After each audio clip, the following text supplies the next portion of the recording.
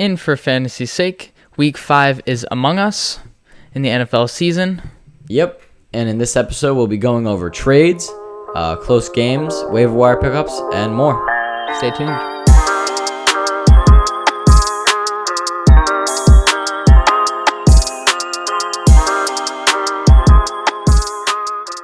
Our first topic, we'll be talking about some trades that went down. Not as many as last week. No, not nearly as many. But we're only recording, middle of the week-ish, so plenty could happen. But as of now, there's only 2 really notable trades. Yeah. The first one is Jake would send away Calvin Ridley, Ezekiel Elliott, who had a huge game last week. Very big game. And Nelson Aguilar to Christian for Terry McLaurin, Saquon Barkley, who also had a huge game. Yes. And Kenny Galladay. Decent trade. I mean, yeah, definitely. Jake likes his Giants, and he got 2 of them. And McLaurin, so, Yeah, I know. Next, we have a trade between Sean and Christian. Christian again. We have Sean trading away Tyler Lockett, CeeDee Lamb, who is kind of regressing in his fantasy points over the last couple weeks. Cooper's taking some of that. Yeah. Again. And also, he's trading away Myles Gaskin, who had a god-awful week, 3 yards, and kicker Gay, for Cortland Sutton, Ezekiel Elliott, who was just traded to Christian in the previous trade, and Greg Zuerlein. So players are on the move. They are going this week. No one is safe, it seems like. No. Yeah. So next we have a close game in week 4.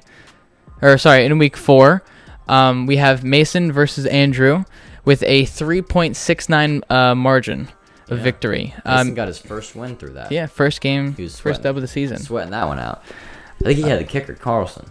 Yeah. Yeah, so good for him. He got his first win. And he had Jared Cook.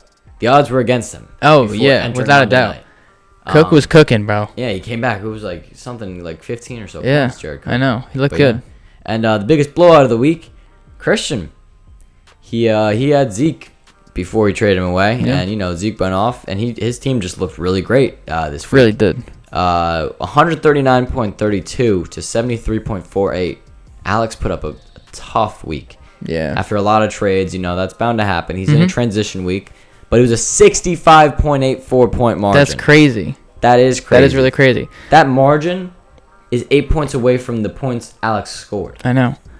Ridiculous. Just a side note, my victory this week was 2 points less of a winning margin than this biggest one of the week. Just saying. There you go. But got to give yourself an attaboy. And with that, giving myself an attaboy for the first dub of the season. Let's go, baby. And that's all not 0-3. Yeah, all 0-3 teams got victories this week. Yep. So everybody's in the win column as of week 4. And nobody's undefeated, and nobody's totally defeated. Yeah. Jenny got a win. Mason got a win. Johnny got a win. It's great. Sean lost to Jake.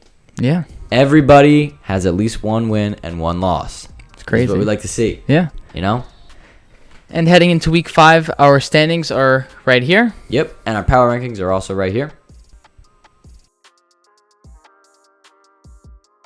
And now it's time to start or to sit. This is where we name players that you either want to start this week or sit based off of matchups. I'll start it off. I'm going to go with Leonard Fournette versus Miami. He's getting the start. Their defense has been pretty decent, but the run game has been a little shaky. And Leonard Fournette just went off a pretty big performance against New England, who also have a similar D-line to them. As well as him, I would also go Marvin Jones versus Tennessee. They've been getting cooked in the secondary really have, all year. And Marvin Jones, they just lost Chark. Trevor Lawrence, his number one guy is going to be like Marvin Jones or LaVisca. Yeah. And Marvin Jones has big playability, even though he's a little bit older in age. Still putting up great numbers in fantasy. I would definitely give him the start, especially against a struggling Tennessee secondary. Not even the whole defense, just the secondary mainly. Because Corey Davis, he went off last week. So I know. It's an automatic start against Tennessee. And for me, my starts, I want to go with Darrell Henderson Jr. against Seattle. Seattle's defense, their run defense specifically, is giving up the third most points to running backs. So that's definitely somewhere you want to go. Definitely start. And Henderson. He's healthy now. Yeah, Henderson is fully healthy. He looks good. Put up great numbers last week and is supposed to get at least 15 points this week. So he looks really good. Yeah. Definitely would be a start for this week. My second start this week, kind of a surprise because he didn't play that well last week. And the week before. But I'm going to go with Damian Harris on New England versus Houston. Houston's defense is kind of suspect. So I would definitely go with Harris as a start. He's could have a comeback game. It's kind of a risk, but it's a risk I'm willing to take. It has a lot of potential for this game. It's kind of a boom or bust, but I'm going to go with the start. Yeah. And Sits, who do you have? Well, I'm going to go with I don't think it's a super surprising pick because last week they shut down DeAndre Hopkins in their defense, even though they ended up not getting the win. Mm-hmm. Jalen Ramsey and the Rams defense is insane. So I'm going to give DK Metcalf the sit. Mm-hmm. I'm not saying he's terrible or anything like that. He's just not producing, and that's a really good defense, really good secondary in general. So I'm going to give him the sit. Okay. As well, I'm going to give Clyde Edwards-Helaire the sit against Buffalo, who is an amazing defense. Dude. Amazing run defense. Edwards-Helaire has had fumbling issues the past couple of weeks, and Mahomes has a lot of weapons. They don't need to depend on the run game with him specifically, so they might spread it out. We don't need to worry about him.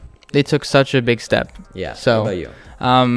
For my sits for this week, I'm going to go with Baker Mayfield versus the Chargers defense. Chargers defense looks insane for some reason this season. Oh, yeah, crazy. Derwin James is back. Derwin James is back. Asante Samuel's emerging. Asante Samuel. Yeah. Nasir Adderley, kind of a underrated player, is playing really well. And Baker's kind of having a down season. So I would just go with the bench for him for this week. And I would also bench Carson Wentz against Baltimore. Their defense is pretty solid so far this season, even though they lost a lot of players. Carson Wentz had an okay outing in Week 4. I just don't trust him for Week 5. So I would definitely go with the sit. Yeah, and he's also struggling with injury. I mean, some weapons are hurt too, so it's not worth it. I know. All right, moving on to the next topic, we're going to be going over some waiver wire pickups, some players that have just been going crazy, and some people just haven't really looked their direction. Yeah. I'll start it off with a pretty obvious pick, I feel like. Cordero Patterson. Dude. He's crazy. He's lighting it up right now. He is insane. And the thing about that is he's available in a good 30% of leagues, in Yahoo at least. Yeah. And in ESPN, he is rated the number 2 running back, which is absurd because he's not even a running back. He's a return specialist. Yeah, well, they're using him properly. He's amazing. I know. Who you got? For me, I have CJ Uzuma. Uzuma, yeah. Yeah. He's slowly getting more targets, and he's available in 99% of leagues in ESPN right now. ESPN, and 98% in Yahoo. It's crazy. It's unbelievable. No one's looking his direction. Yeah. As well, I would also go with Taylor Heineke. He has 3 underrated. Straight consistent weeks. Yeah. Of just consistent, great fantasy play. Yeah. He's available in 90% of Yahoo leagues and probably even less in ESPN. Yeah. He's the number 12 ranked quarterback. So a 12-man league, he should be on a roster by now. Oh, yeah, without a doubt. In none of my leagues is he rostered. So crazy. I would say he's the obvious pickup for many reasons. Mostly the fact that he said he was born for this. Yeah. So crazy. And to wrap up our waiver wire pickups for this week, I'm going with Hunter Renfrow. Been consistent throughout the entire season, and surprisingly, he is available in 73% of Yahoo leagues and 44 in ESPN, which is kind of crazy. That is crazy. Because you can clearly tell he is the second favorite target on that offense. Oh, yeah. And if there were points for hit sticks, dude, he'd be up there. There. Wow. But wow, yeah. And almost wrapping up here, we're going to go over some rivalry games for week 4. Everybody, just make sure you get your popcorn ready. Definitely. We're there. Not We're ready. saying this is a less exciting week, but we only have 2 big games going on. And the first one is Jenny versus Jake. Yeah. 2 big trash talkers, 2 big traders in the league. They're big characters. They have great personality. They keep the league going. Oh, yeah. A ton of trash talk going in between the two of them. A lot of trash talk, exactly. So I would give this the number 1 matchup this week. Yeah. Because I just think it's going to be exciting. It's exciting before the matchup, during, even sometimes after. I mean, it's just an entertaining matchup. Just without a doubt. Stick around and watch the defending champ versus last place, first versus last for last year. You know, something to keep an eye on. Not something you would think is normally entertaining. Yeah, it usually be a SmackDown, but yeah. But this year you don't know. This year they're both looking solid. Yeah. So, and for the final game of the week, rivalry game, we have Sophia versus me, Johnny. It's supposed to be a close projection for both teams, and we're both coming off of crucial wins. Close ones, too. Close ones. Oh, no, not with you. Well, Sophia's was close. Mine was not. Well, hers was closer until Austin Eckler ran away with it, literally. Yeah, exactly. But sure. both coming off really good wins. She is 3-1. I am 1-3, unfortunately.